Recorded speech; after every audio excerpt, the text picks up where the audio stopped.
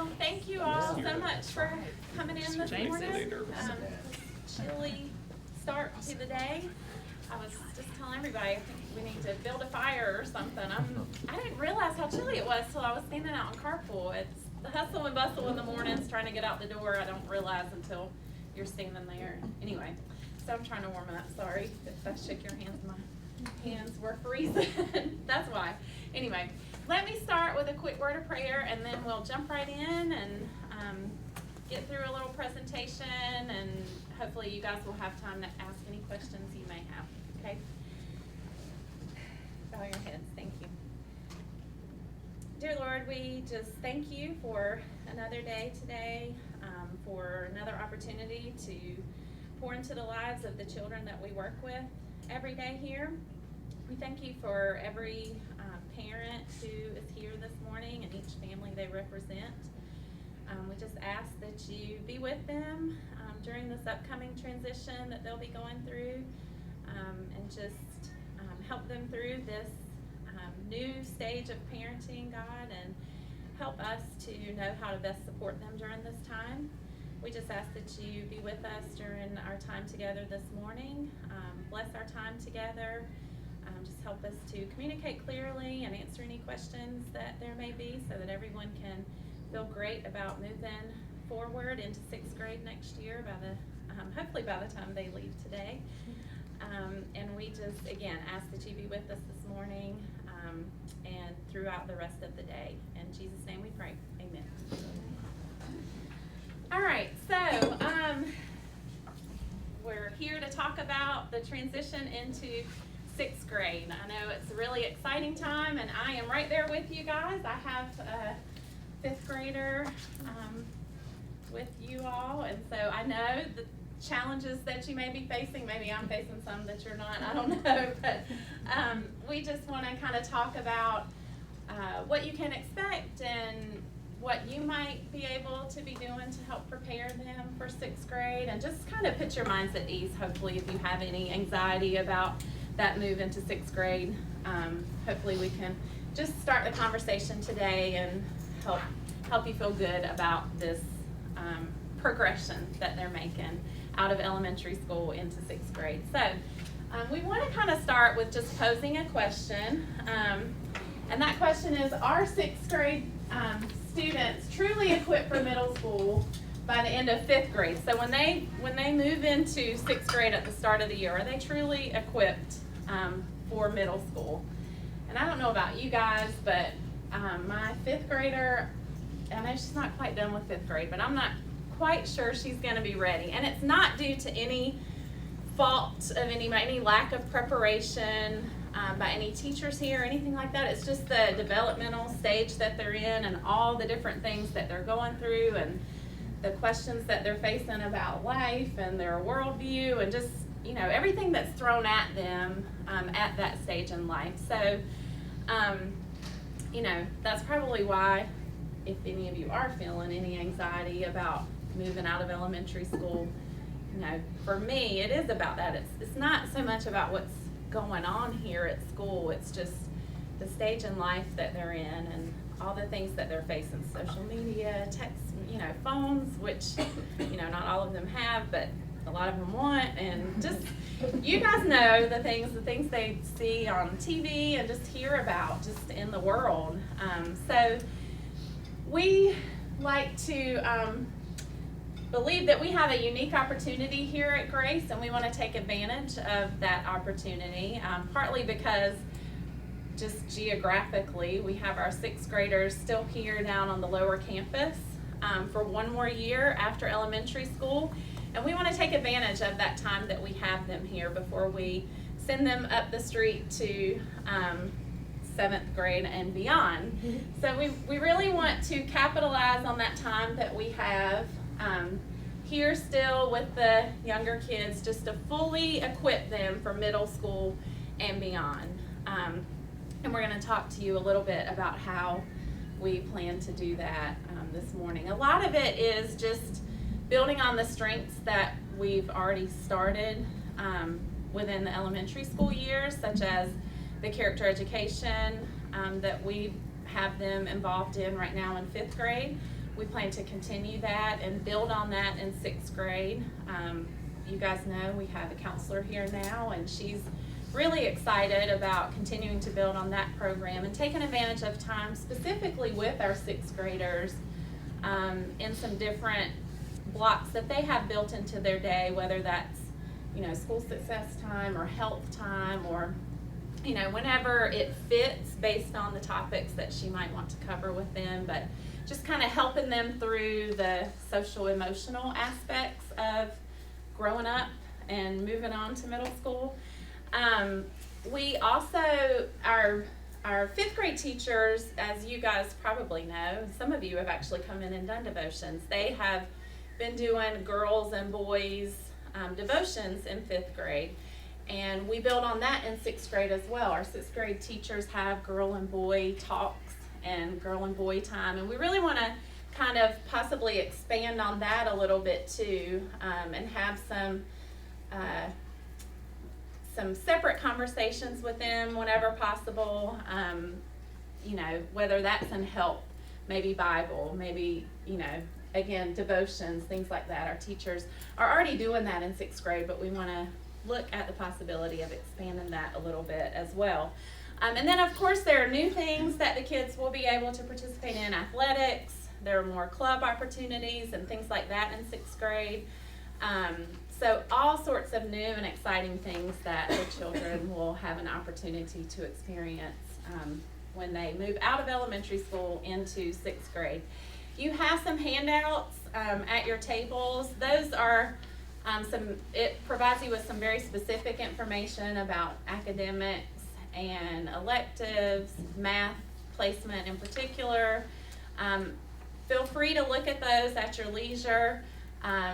Again, there's some very specific information on there and good, rich information for you to take a look at. At this point, though, I'm going to let our teachers talk to you more about kind of an overview of their goals for 6th grade and kind of where they want to take the kids during the course of the year that they have with them. And I know the teachers are the ones that you really want to hear from, so I'm going to turn it over to them. We have Whitney Spencer and Courtney Pelant here, 2 of our 6th grade teachers, and they're going to share with you at this point in time.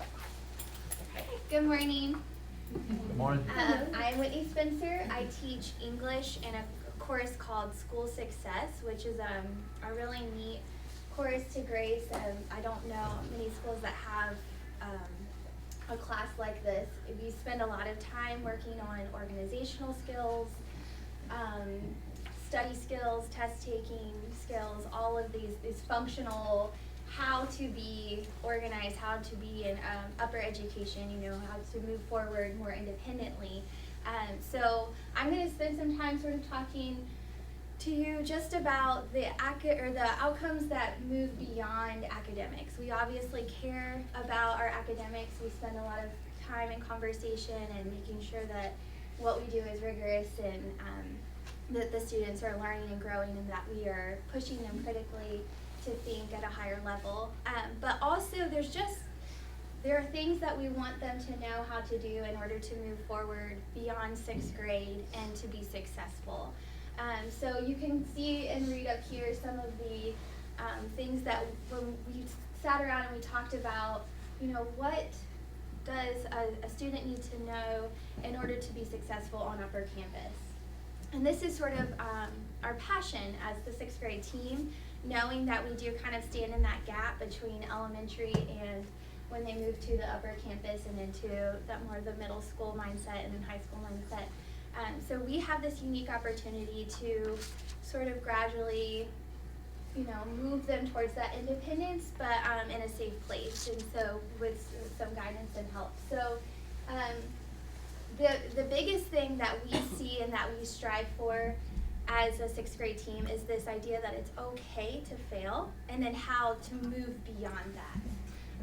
You know, they've been in just elementary school is very structured as it needs to be, you know, I understand that, and then they hit 6th grade and we're a little more fluid, and there's a little more independence on them and things that they're responsible for, and so within that sometimes there's we see the overwhelming of, oh my goodness, I have so many things that I'm juggling. So to be able to come alongside of them then and say, how can we map out our study time? And we do. We look at a calendar and say, think through what you have coming up. We talk about what's going to happen at the end of that Bible unit. There's going to be a test. That's right. So you can be preparing now. And I've worked, one-on-one with students and with a planner, paper and talent, different types of planners that I teach them, and we talk about mapping out those times specifically to study or how to study for different tests. We talk about who they are as a learner. I have them take the test to see what sort of learning style are they in, and so then we break them up kinesthetically or auditory or visual learners, and then they get to study together, and I give them a list of ways to study. So these are things that we're doing in 6th grade that move beyond, reading, writing, math, science, and move into that, them learning how to take on more of that independence as a learner. We do a lot of collaboration. We have them collaborate. We try and push them. It's really funny. I have a student this year, and she keeps going, straight lines and perfect circles, Mrs. Spencer, straight lines and perfect circles. And I'm like, no, blobs. We want blobs. Just to push them out of that, the structure and into that more critical thinking and creative thought. They just wrote speeches for me, and this was where she's like, speeches aren't, there's not those straight lines and perfect circles. There's fluidity there, there's voice, and so getting them used to that sort of thought process, so as they move to upper campus, they're used to thinking in that mindset, which is the teacher, we hear good feedback from upper campus, and thank you. So these are sort of just beyond academic skills and mindsets that we want them to have. We really try to emphasize that growth mindset, and again, that when you fail, it's okay. Analyze, why wasn't this my best work, and move forward from it instead of it's stumping you and then not being able to move forward. Pushing them to look at their growth, look beyond their grades to the growth that they're making as a student, and realizing all that's on their plate at this point in time, and that that they should be proud of themselves for what they are accomplishing. That is so different than when mom and dad maybe are doing more of it for them, that they are to celebrate that independence as it comes. So that is one of our big things that we're just passionate about in 6th grade. And so I wanted you to know that we kind of we shelter them, we take them in, we try and keep an eye out for the ones that we see, the water's going over their head, and, bring them aside and say, okay, are you overwhelmed? Mm-hmm. Okay, let's talk about why and how can we fix this. And, we realize that academics are not the most important thing for them when they hit 6th grade, as much as it hurts our hearts too. Their peer relationships become really important, and their bodies are going through changes, and their brains are just everywhere. And so, we have do you need to just go sit on the couch in the commons for 5 minutes? Okay, go sit on the couch in the commons for 5 minutes. Take a break, take a breather, and we try and help them navigate that too, because there's a lot going on within them that is overwhelming. And so we just want you to know that that's sort of our goal and our purpose. Yes, we're going to challenge them academically, but there's so much more that we need them, we want them to accomplish and develop in beyond just their academics. So I'm going to turn it over now to a little more pointed conversation. Mrs. Blunt. I'm Courtney Blunt, and I teach math and science, and I totally agree with what Ms. Spencer said. In 6th grade, we really want to come alongside of your child. We really want to love on them and help them with all these different social issues that they're having, as well as their academics. It's a big change for them. A big change physically, change, and going into 6th grade. It's just a big transition year. So this is what we want our students to be in 6th grade. Where is it? Go. There we go. We want our students to really be Christ-centered. We want them to be creative and critical thinking, but at the same time, we want them to be risk takers. So in 6th grade, we really want to come along with your child, along beside you two, and really help them in these different areas. So the first thing we are going to talk about is just keeping Christ as the center of all things. As your teacher, we really want them to have that relationship with Jesus. We want them to know him, we want them to love him, and that's going to just really go out into the classroom, into their social aspects, into everybody else. So we really want them to see that not only in the classroom, but through us as teachers. We want to see that, we love them, and this love is not coming just from us, but it's coming from Jesus. So we want them to have a relationship with him. As your teacher, we want them to know that Christ is in the center of all things, that he equips us to do all things, that he is there for us, and he's there to help us. And we want to come alongside of your children to help them see that. Biblically, we want to see them in the curriculum. We want to see it in our actions towards them, and our actions towards everybody else in the classroom. And we just really encourage that. So we're hoping that we can partner with you to equip your child with that as well. Also, we want your children to start thinking critically and thinking creatively. And that looks different for a lot of different kids in a lot of different ways. And we know that, we serve a creative God. We want to see their creativity. It's okay if they are creative within the classroom, and that doesn't matter if it's in math, if it's science, if it's in English, if it's in Bible, school success. We want to see their creativity. In math, there are so many different ways to do math. We want them to see, oh, you know what, there's more than one way to do this problem. That's okay. I like that you're over here and you're drawing this out. That's wonderful when somebody over here is using different algorithm. That is okay. We serve a creative God, and we want your children to see that. We want them to actually take that and just run with it. Let it be one of their strengths. Also, a creative thinker supports a critical thinker. So our desire for your child is just really to transfer them to think differently. We want them to start thinking on their own. And it's okay if they make a mistake.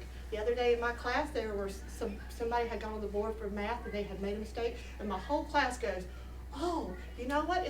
You made a mistake, but it's okay. And they all started saying, I have this little poster in my classroom. They said, oh, in math, when we fail, when we make a mistake, it's okay. We expect mistakes in class. We inspect them. And then we correct them, and that is perfectly okay. And all the kids started saying that to this kid. It was just great to see them come alongside the other people and celebrate those failures, celebrate those mistakes. That's okay. We want them to know that it's okay to make those mistakes and to do this, because there's different ways of thinking.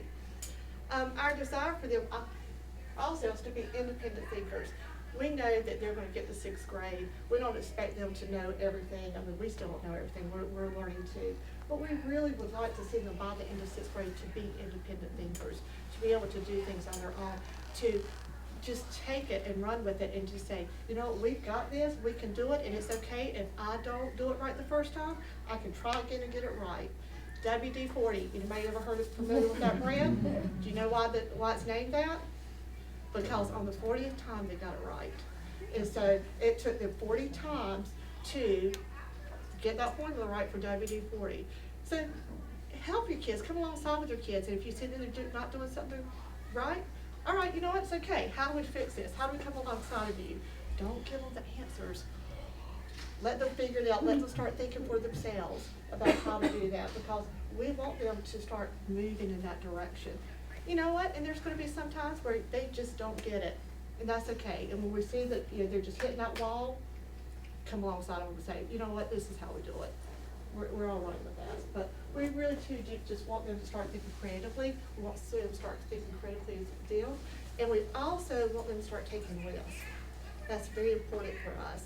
We want them to be able to take mistakes, errors that they're making, start analyzing them, start saying, oh, you know what, I see why I made this mistake. That's very important. We want them to encourage others, even when they made a mistake. We want them to find their value of making that mistake and saying, this is how we learn. How many people have made a mistake before? How many people have learned from that mistake? That's what we want your kids to do. We want them to learn from that mistake. We want them to value those mistakes and say, you know what, it's okay. I'm not going to be yelled at by my teacher because I made a mistake. I'm actually going to learn from this, and I'm going to be able to come and say, you know what, I'm going to help you, whoever the student is beside it, because I did the same exact thing, and this is how I correct it, and this is what I do. So we want them to find lessons in learning the success of others. We want them to be doers, and we want them to be triers within 6th grade. That's really what our goal is for middle school. Yes, we want them to be successful academically, but we also want them to be successful in life, and that's really what we're about in 6th grade. We want to take that transition from elementary school and just really give them the life lessons in 6th grade to help them when they're in 7th, when they're in 8th, 9th, 10th, 11th, and 12th. To know that, you know what, it's fine if I don't get everything right the first time. And if they do get everything right, then we want to come alongside of them and challenge them in that. Give them stuff that's going to equip them to say, you know what, I really get this, so I need a little bit something more, and we're going to give them those extensions. So, yes, that's what 6th grade is about. That's how we are really coming alongside of you guys and want to work with you to help your 6th grader when you come to us. So, I'm going to give it over to Ms. Paula now. Ms. Green. As I listen to all of this, it excites me because I think the thing that's most important for your children to learn is to feel nurtured and loved and to be in a safe environment. And that's what these ladies are doing, and the gentlemen that are teaching 6th grade. They're giving your students a safe environment where they are loved and taken care of, and that's when learning can take place. So it's exciting for me to see them have that safe environment and be able to learn in that way. And that starts at home as well. And so we want to encourage you guys to pray with your children, because inevitably, no matter what we present to them at school, what you do at home is what's going to take precedence. It may not always look like that through their teenage years, but in the end, it will come down to what life was like in your home and what was important to you. So if you think back about when you were first married and how those two different family styles meshed together, probably some of the biggest problems that you had early in your marriage came from the things that you were coming from in your family life and the things your husband was coming from, and no two families are the same. So having said that, I do think that it's so important, the tone that you set with your child. So not only do you want to pray for your child, but you want to pray with your child, because during this time of their life when all these hormones are rushing and they're changing and growing and trying to figure out who they are, they have to have that spiritual aspect. They have to have the Lord to be able to have that safe net to be able to go to relieve those stresses. And you want to teach them that that's the place to go, that that's where they go, and they plead for Him for help, and they plead to Him to take care of them, because He's sovereign. He's in control of everything. So don't forget that, and don't forget in praying for them and encouraging them. And when they make mistakes, don't be upset with them. Teach them that this is a learning experience, because we can't look at success as always being how many answers we get correct, but success is, are we learning and are we growing? And that's going to be the same in our walk with the Lord. That's going to be the same in everything that we do. Are we growing? Are we getting better? And so that's got to be our mindset, is to grow and to learn and to view success differently, not just from the grade on the piece of paper, but from how your child is working. And if your child, and the great thing about school success is that it's teaching them how to study and teaching them how to do these things, because sometimes we'll just say to our children, you need to study harder. They don't know what that means. Or you need to plan better, and they don't know what that means, but you actually have to map it out and help them, and that's one thing that school success does, and I think that's awesome.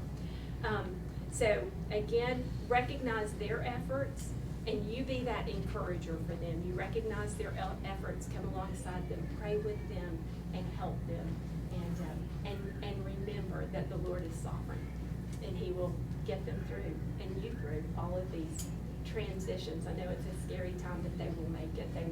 They will graduate from high school. They will make it, and then you'll have more issues because you never stop being a parent.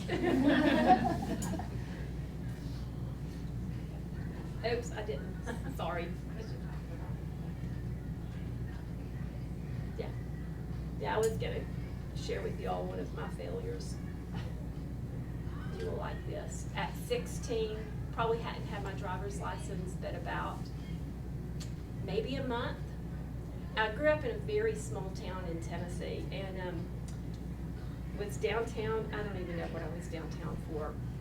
And I was coming up the street, and there was a parking place on the opposite side of the street, and I didn't really want to have to parallel park, and there was 2 or 3 spots, and I just pulled over there and up.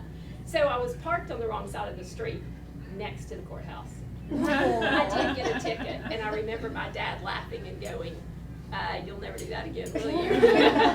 So that's an example of a failure that, I just, as a 16-year-old, didn't think there was anything wrong with that, but I've not ever parked that way, but again, so that's just one example of a failure and learning from your mistakes, but just keep that in mind, because you do need to praise the effort and help them.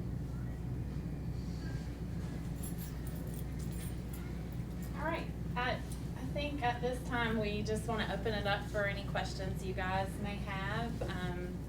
Again, we just wanted to give you kind of an overview of more of our philosophy than anything, what our big goals are for your kids. I know you've got a lot of information there about the academics, but as you've heard from us, we believe sixth grade to be about a lot more than just the academics, although that is very important. We just wanted to help you see kind of how we plan to support your children through this stage of life and school, and we're looking forward to it. So we're happy to answer any questions you guys may have at this time. Yes. So I'm looking at the math curriculum, and I see that it's separated out with sixth grade math and then pre-algebra. And I see the different components, so the final grade in math class, the standardized testing. Is it one over the other, or is it comprehensive over those 4 different things that they get placed in either accelerated math or? I'm going to let Mrs. Taylor, our academic dean, So for math placement, really it is looking at a culmination of all of those components. The math placement test that we have for pre-algebra really does give some good insight into students and their math thinking. Are they a critical thinker? Can they think abstractly with problem solving? That's a developmental piece for students. They will get there to be able to be an abstract math thinker. They need that piece for pre-algebra. So that is an important component there, having that readiness test. The teacher input, though, about how they work and how they learn in the classroom is important also. We have some students, they may be a straight A math student, they may perform very well on standardized testing, but it may just be too much for them. And the teacher knows your child, they know how they think and how they learn, and if that would be more pressure, some students do better waiting until 7th grade, and the teacher really, in 5th grade, can help guide and direct with that as well. But we look at all of those components, they're all together. One really doesn't supersede the other. And parents too, you have some insight too about your child, and if that's something that you feel that your child's ready for. So we'll look at all of that, and then we let you know at the beginning of summer what we're looking at for math placement. So we wait until the end of the school year, we have all of that, and we look over each student individually for placement in the course. Thank you. You're welcome. And I would just add to that, don't worry if they don't get into that accelerated section right away. They might need a year or 2 of maturity, and once they get to the other campus, there are ways that they can move forward then if they are ready, so don't feel like it's either now or never, there's other ways of doing it. Thank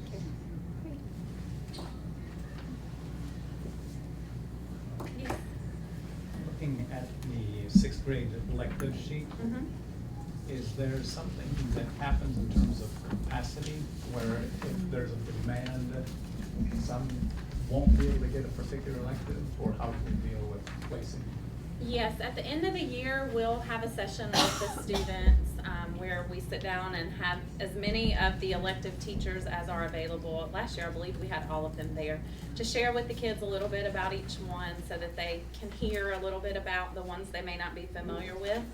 And then we'll give them a form to fill out with your help, of course. You have to sign off on it.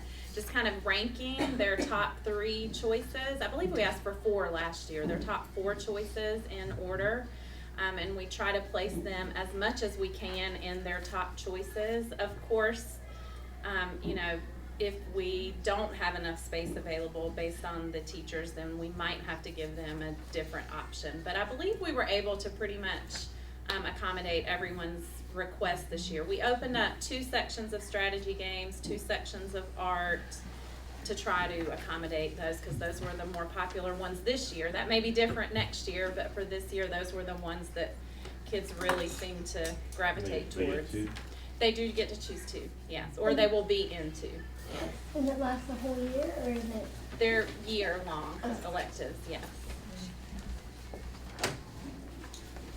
Yes, in sixth grade, in health, Uh-huh. what kind of things will they be learning? Thank you. If you know what I mean. It was like, what should we be prepared for? To the health curriculum at all. I know that Miss Oxendine, who is not in here today, but she is teaching health in sixth grade this year. And she's partnered some with Miss Blunt in science so that they can do some Yeah, I know that collaborative.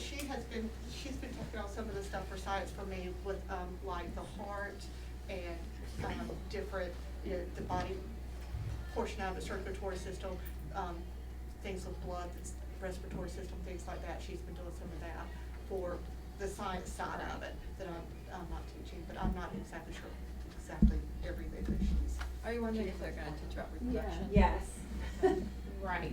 No. Miss Taylor, can you Yeah. address what at the end Sure. of We do a small unit with boys and girls separated at the end of fifth grade. But a big piece too that we talked through in sixth grade in health is nutrition, how to take care of your body, how to eat well, the importance of rest. Especially now that we have a lot of students that are involved in sports, they're learning about how to practice well, how to take care of your body, all those types of things. Pardon? Yes, the relationship piece is an important part also. Conflict resolution, how to work through challenges with your peers, that kind of thing. So it's very practical for what they're experiencing with their friends. And So Miss we leave a lot of those things to Yes. parents. Okay. We recommend Dr. Dobson's resources a lot to parents. Focus on the Family has great things. If they come and ask We don't me cover questions, all I'll of be that. told of that. We leave a lot to parents to do. Yes, I figured that. It's actually more of those questions tend to come up in Bible because it's Old Testament, and Mr. Dreesen is very good to go. That's Yeah. a great question for your parents. You're welcome. No, Miss Oxendine does do the character education for TK through fifth grade as well, so she's building in a lot of what those kids are doing character ed wise in with the health units as well, trying to mesh that as much as she can for the sixth graders. So. Do they bring in healthy use of technology within the health Yes. side? Yes. That's Yes. a biggie every year. Thank you for mentioning that, yes. Yes. Digital citizenship, that's an important piece. Yeah. And as they're using social media, some for the first time. Right. Yeah. And that, we try to start that, as early as the kids are using the technology tools here from, second, third, fourth grade and beyond. But definitely when they're getting to sixth grade, we're having different kinds of conversations with them. So, and that's another one of those things that I was speaking of that our counselor hopefully will be able to continue to help with as well. What kind of stuff do you talk about in that class? I mean, beyond, don't say mean things. What else? I mean, you talk about. You mean in health? No, in the technology piece of this, like, do you teach them how they're being manipulated to stay on this particular app forever and strings and why they're there? Do you get into that kind of stuff? A lot of that probably happens more on our campus. But I mean, the sixth grade health, and then you go seventh, eighth, ninth, all have health classes, and obviously but every year they're talking about social media, they're talking about bullying, they're talking about how to, good digital citizenship, all of those things. And then our media specialist also goes into English classes and talks about things like bias and how they pull you, news media, and you're not always getting the full story, all of those type of things. So there's a lot of that's happening all the way through, which is important because our kids don't know that unless we're giving them that information and having them compare sites with stories or, it's a really valuable lesson for them to go through all of that and think through. Yeah, more than ever, we're seeing the need for that, for what the things that you're speaking of. And I've had good conversation with Mrs. Holly, and she is planning to come into school success or help, wherever we can work out the schedule because she's busy, and just talk about knowing when you need to put the phone down and what is reality and what is virtual reality, and making those clear distinctions and setting boundaries for yourself, that is really important, for them moving forward and understanding that just because it looks perfect on Instagram doesn't mean it is, and that's huge for these kids, especially as social becomes so important. So yes, we are doing things to tackle more, not just don't say mean things, but really, we actually, we just did a lesson. Mrs. Taylor's in my room for a lesson we did where we were talking about critical viewing, and they had a photo, and we talked through it, and then we talked about how media manipulates it. Two completely different stories, same photo, and how when people have a platform, they're going to use whatever means necessary to get their message across. But then they had photos that they looked at, and they had to determine what was going on within the photo, and it was really neat to hear them. Well, this is photoshopped, this is a filter, like they're recognizing these things. So it's really neat to see them sort of, so that's one of my I tell them it's my most important thing I teach them, although everything I teach them is important. But just that to become critical, and we talk about how for years and years, and I'm a mom, I'm guilty of it, when they ask the why, I was like, what have you been told? And they're like, because I said so. And I'm like, well, guess what? That's wrong. We shouldn't be saying that to you, because that's teaching you to blindly follow something without understanding it. And I said, that's not good for our society. We need to ask questions respectfully. We need to know why certain boundaries are in place. We need to know why we believe certain things. And so that's a big component of English. We read articles, and I teach them not only to respond with an opinion, to develop an opinion, but also to look then and reflect on it. Okay, well, why would someone have a different opinion than me? What is my bias? We talk about schema. What have I been through in my life that someone else may not have been through that gives me a different perspective? And it's really neat to see them develop through, especially second semester, the responses that they turn in, and the maturity of their reflections. And I understand because I'm in America and I have more privilege that this looks different for me than this person over here. And so it's neat to see them get there, and at a 6th grade level. And obviously then they when they go to upper campus, they build on that and help them. The English department as a whole, we just want them to find a voice, and then support their voice, and have a foundation to stand on and feel empowered in that. So that is big, and it does start in the digital world for sure. Yes. Thanks. Yes. To use a few words from the presentation, and then I'll build a little bit of an introduction to a question that's going to be more philosophical, theological. Risk takers celebrate mistakes. Was a part of what stood out to me in the presentation. And then your question in terms of, you think about apps and the technology and being aware of that digital citizenship. How do you balance the idea of you're encouraging to be risk takers, but you don't want them on certain sites to be risk takers, but you don't want them to take such risks that are going to, for their own good or for those around them, cause injury in different ways, whether it's emotional or physical. My wife and I pray that God will help our sons to learn critical life lessons at not too high a price. Because if you're encouraging them to be independent and risk takers, they can take that very far if there aren't certain limits and balance. So how do you balance encouraging them to be risk takers, and you say celebrate mistakes, but you can't celebrate sin? Sin is something that is wrong in God's view, and there is forgiveness, but the difference between a mistake, you can be wrong in math, and that's not a sin. But if you are wrong in other areas of life, it's clearly sin. So how do you deal with that balance?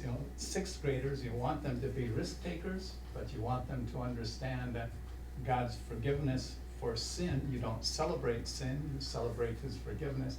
So it's just an interesting blend of things. So that balance, as you're talking to our students in classrooms, and as you set out the curriculum for them, you want them to take those risks, but where are the boundaries?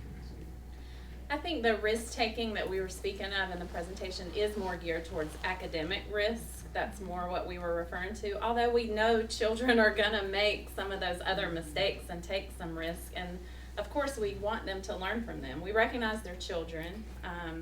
We do try to set boundaries for them to keep them safe. You know, that's why we have filters and things like that on our computers as far as technology goes, for our, you know, school-based tools that they use. But I think the risk-taking that we were speaking of there was more, we were referring more towards the academic risk. We don't want them to be afraid to try something new in a presentation that they might give, or try a new way to solve a problem, or be so scared to, you know, step out and try something different. Can you guys give an example Well, I of think it just something? goes back to what Ms. Fincher was saying about, you know, we had that one student that, you know, it's gotta be perfect as straight lines. You know, she doesn't wanna go outside of those boundaries, so to speak, but it is more academic than it is, you know, from what you're talking about is, you know, are you gonna, we're trying to push them a little bit, so that's what we're talking about with our risk taking. You know, can you think a little bit more on what you're gonna say with this presentation, or how you're gonna write this paper, or can you think of another way that you might be able to do that math problem, or, you know, in Bible, or this is Mr. Dreesen, by the way, so in Bible, or in, you know, in history, you know, can you think a little bit outside of the box? That's what we're talking about with that risk taking. We don't want them just to sit there and say, you know, I've gotta do it this way, or I've just gotta be perfect, and we don't want them to feel like that they're perfect. That's a lot of pressure to be perfect. We want them to know that they can make that mistake, and it's okay to make that mistake, and we want them to try and to, you know, take that risk and go into the next level from an academic standpoint. I think that's what we were talking about. Yeah, when we wrote our speeches, we did both presentation and acceptance speeches, and the acceptance speeches were through the eyes of the character in their story. And that is, I mean, that's higher level thinking. You have to know that character well enough to know how they would say something, you know, what phrasing would they use. And I had this one class in particular, and the number of times it was, would it be okay if I, and I went, okay, I want you to feel empowered, I want you to feel affirmed, and I want you to just go for it. If you think that's what your character would say, I said, don't worry about, because, you know, some of their characters, even like the way they spoke wasn't grammatically correct. I'm like, good, write the way they would write, you know, say it the way that they would say it. This speech is supposed to be that. It's not supposed to be your voice. It's supposed to be your character's voice. And I said, so no more, would it be okay if I questions in this class, just do it. And then if you get and you read it afterward, because they wouldn't even write the sentence. And I was like, just write it down. And like, so after you've written the speech, then if you have a question, then come ask me. But right now, I just want you to feel empowered to write it like your character would. And it was really funny because the little girl raised her hand, and she goes, would it be okay? I was like, rephrase that question. You know, but I mean, I still let them ask the questions, but it was still that, oh, okay, it's okay if I, you know, let them feeling like it's okay. I can let go of this, you know, it's 5-paragraph essay format that's been in my brain, and just write in a more fluid way. I have them do also quick writes where they write and they're not allowed to correct their grammar or their spelling. For that time, we go back and we do. But I'm like, right now it's called a brain dump. Get it on the paper. And they're like, oh, that squiggly line is really driving me crazy with Spencer. I'm like, don't touch it. Keep going. You know, and so because they type it out and they're typing, they're like, ugh, and I'm like, don't touch it. You know, and so it's like 3 minutes that they're just writing. So those are the things we're talking about where they've been in a more structured, you know, elementary school is structured just the way it is. They've been in the structured, go here, do this, write this way, answer the question this way, and now it's more, why? And they're like, what do you mean why? I just told you the exact answer, and I'm like, well, why do you think that? And It's that so more pushing creative them, piece. yeah. It's that more creative piece. I guess that's what we're talking about. We're talking about being really, how can I be creative in my learning? You know, how can I take ownership of my learning? So. And it does go into like sports too, and they trying. We tell them that, you know, it's a good time to figure out what you know. Do I want to play basketball? Do I want to play soccer? Do I want to play an instrument? To try things out and maybe realize that nope, I don't want to play basketball, or, you know, and to find that time. And you know, we tell them that, you know, we want you to be well-rounded, but we realize you're gonna love some things more than others, and that's okay. And so you're gonna find that now in these middle school years, figuring out that, so that way when you go into high school and you're, and beyond that, whether it's college or vocational or, whatever it may be, that you sort of develop that passion. And so risk-taking for us isn't, it's more just try sport, try student council, yeah, that kind of thing. What I hear you saying is, now's the time to let them fail if you hadn't already. Yes. And Thank screw you. and to equip them to how to get off and get knocked down and get back again. Yeah. And Yes. you should be a part of that process and be okay with it as Yes. parents. Is that what I hear you Yes. saying? Uh-huh. Absolutely. Okay. 'Cause I'm guilty of staying up late doing a math project, just probably like anybody, but Yeah. yeah. No, yeah. It's a new math. Parents. I'll get preachy. I think this discussion on this topic is at the core of what we want to be as a school. I mean, I think you've hit on a great question. We don't want to just throw around terms like risk takers and things like that because they're kind of like cool right now in education pedagogy world. But the truth is, we've got a bunch of, when I say we, I mean the whole country at large, anxiety-riddled, third graders, fourth graders, fifth graders, and their parents who are caught up in grades as, 8, 9, 10-year-olds. You can talk to our guidance counselor, not just here, but counselors at schools everywhere, where they're talking to 9-year-olds who can't sleep because they're worried they're going to get a B on something. That's the culture we want. We've got, I'll throw this out there. This is a safe group. We've got parents that do assignments for their 4th and 5th graders so that their kids get good grades, because they want to make sure their kids are getting on those good grades and things like that. A couple years ago, and I got some angry emails about this. We quit publishing honor roll on the lower school campus. Some of you might not have liked that. We got to change culture, and we have the opportunity to do that, where our kids aren't driven just by that A, B, C, or D on the report card, but that they are motivated intrinsically, ideally, but also by the encouragement of their parents, by the encouragement of their families, and things like that. When we talk about risk-taking, we've created an academic culture in the United States where kids have to get those A's, because even in like 4th, 5th grade, they're thinking about like college. I'm not going to get into Duke if I don't get this, great math project grade in 5th grade. Good. And then if we step back for a second, it's like, all right, we probably need to, dial it down a little bit.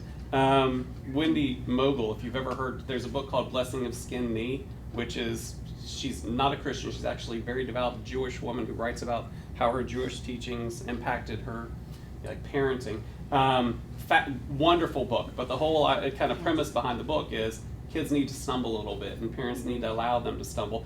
I heard her speak a few weeks ago, and she spoke about how she's a counselor also. She has parents come to her, and multiple occasions she's had parents talk to her about changing grades on report cards before they show the report card to their child.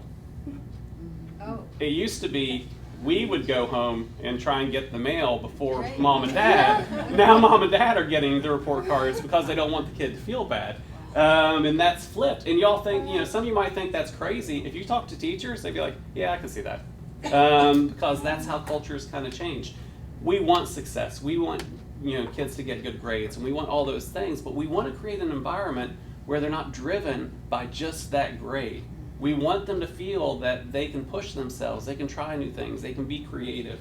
The other aspect of it, just in education, information's out there. The whole internet and smartphones and things like that. The thing that's going to differentiate our kids from other kids when they get into the upper level academics and of high school and college, it's going to be their ability to think on their feet, their ability to analyze, their ability to be creative, their ability to collaborate with others. Those are the things that as a school, when you see all this stuff about Equipped that we've got on both our campuses, that's what we're talking about. What are those things we can do to help our kids be different from the other kids that they're eventually going to compete with, academically and professionally? So when we talk about the risk-taking, when we talk about doing these things, that all kind of comes together with our overall academic philosophy and just approach to education of we want our kids to be healthy. That's the bottom line, and not just driven to get the A's and B's and things like that. And that's where we need to do a lot, frankly, with parent education to get help with that, because our parents are terrified. You know, they're scared that they're going to fail if junior's getting, you know, B's in 4th grade. But we need to walk alongside and say it's going to be okay.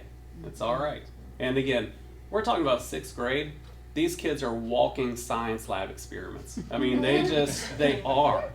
They've got so much of everything that's going on in their body to help them figure out how they're growing 6 inches over 4 months and all of that. How much of their brain power can go towards math or science or whatever. We just got to survive and advance, like the NCAA tournament. We just got to keep moving forward. But if we can help them get that self-awareness and build those skills, again, with that academic foundation too, that's going to help set them up for success. Again, not just 6th grade, but beyond. So trying to take the long view. Yes, thank you, I appreciate that. Sorry, that's my So- preachiness. I'm gonna take a risk myself because I need to leave. That's right, you're going to leave on that. My wife needs to get to an appointment, but I really appreciate it, and may we help them take risks for Jesus. To have them stand on the Amen. truth in a culture that is more and more anti-Christian. Yeah. But thank you for all you do. Thank you. You. And I'll just say, so I teach at NC State, and I'm so thankful to hear the message that you guys are saying today, because I'm watching students come in, and I've had to take more students over time to the health center. And it's just, and they're not sleeping, they're taking medication, they're getting antidepressants early. It's horrible. So Yeah. I love what you're teaching. Thank you. That's really wonderful just to see. I do think that part of being a parent is, when we talk about risk taking, is allow them to do stuff that's not academic. You know, the athletics, the theater, the other things are so important for them to have those forums where they may not be the best. You know, they might be good at academics, but there's other areas where they just want to participate and just enjoy being the age that they are. And, you know, that way there is risk taking in their lives, but you're giving them an outlet for that. You know, whether it be scouts or, you know, hiking, or don't have them just on their social media the whole time. That's, you know, let them turn their internet off their phones or their computers when they study, so that they can keep focused. You know, those are all things you can do so that you're not worried about them, you know, doing risky behaviors on, you know, social media or whatever. Anyway, just have them be active. It's so important. Speaking of that with sports, what are the options for sports in middle school, and what does it look like from tryouts? Does that happen early on? And I ask because I know that Cole is in a challenge league, and there are a couple other moms in the room to have that as well. How does that look in terms of 6th grade and just making sure, because I'd like him to be involved in sport, and if he doesn't make a team in middle school here, I just want him to make sure that because we'll probably have to make that decision probably earlier than later. So they can participate in 6th grade in any sport that's offered for middle school. So is soccer what you're referring to? Boys soccer is in the fall. Okay. Girls soccer is in the spring. But tryouts are like mid-August. Is that right? For middle They school? start the August 1st of 1. August, yeah. Yeah. August 1. And usually, I think soccer, they try and keep there's some sports where they try and keep as many kids as they can, like soccer, cross country, things like that, football, you know, basketball, maybe baseball. There are some cut sports just because of the number of kids. But middle school sports does a great job of trying to keep as many kids as they really can feasibly do. Thank you. And we do have multiple students who do both club and grades. Oh, yeah? Yeah. Really? And the Okay. coaches are very understanding of that. Thanks. Okay, cool. Thank I you. think challenge, I think that they will count if you're in a school team. You don't have to you can balance it with just going to one challenge practice. Okay. A lot of it will work, because my son plays soccer now, he plays soccer here, and he plays the challenge. Does it? Yeah. Okay. And both coaches are good about, like this challenge coach as well as the soccer coach here was good about, you know, as long as you're making to move to a little part of the middle school team and then go to challenge after that, the coaches are good about that. Okay, thank you, because I think, Yeah. you know, because we have to make our decision, I think, in May about continuing on with challenge, so. I'll yeah. talk to you about that. Okay, thank you, I appreciate that. So next year they'll be required to wear a PE uniform, is that right? For PE, yes. For PE, Mhm. okay. Mhm. So are there locker rooms here, or how does that work?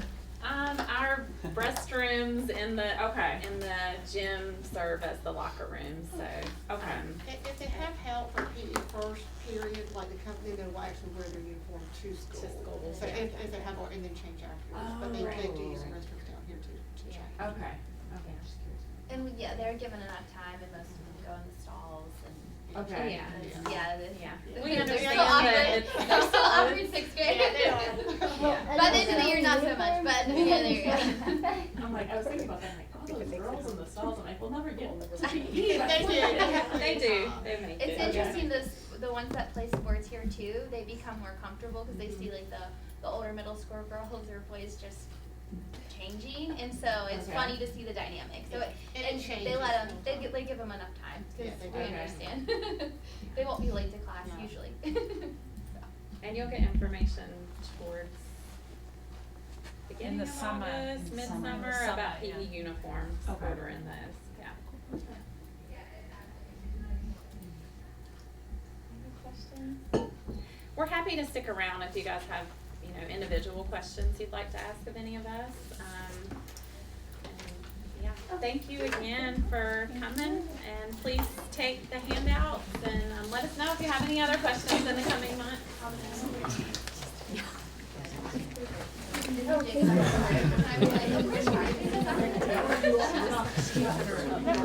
Well, I have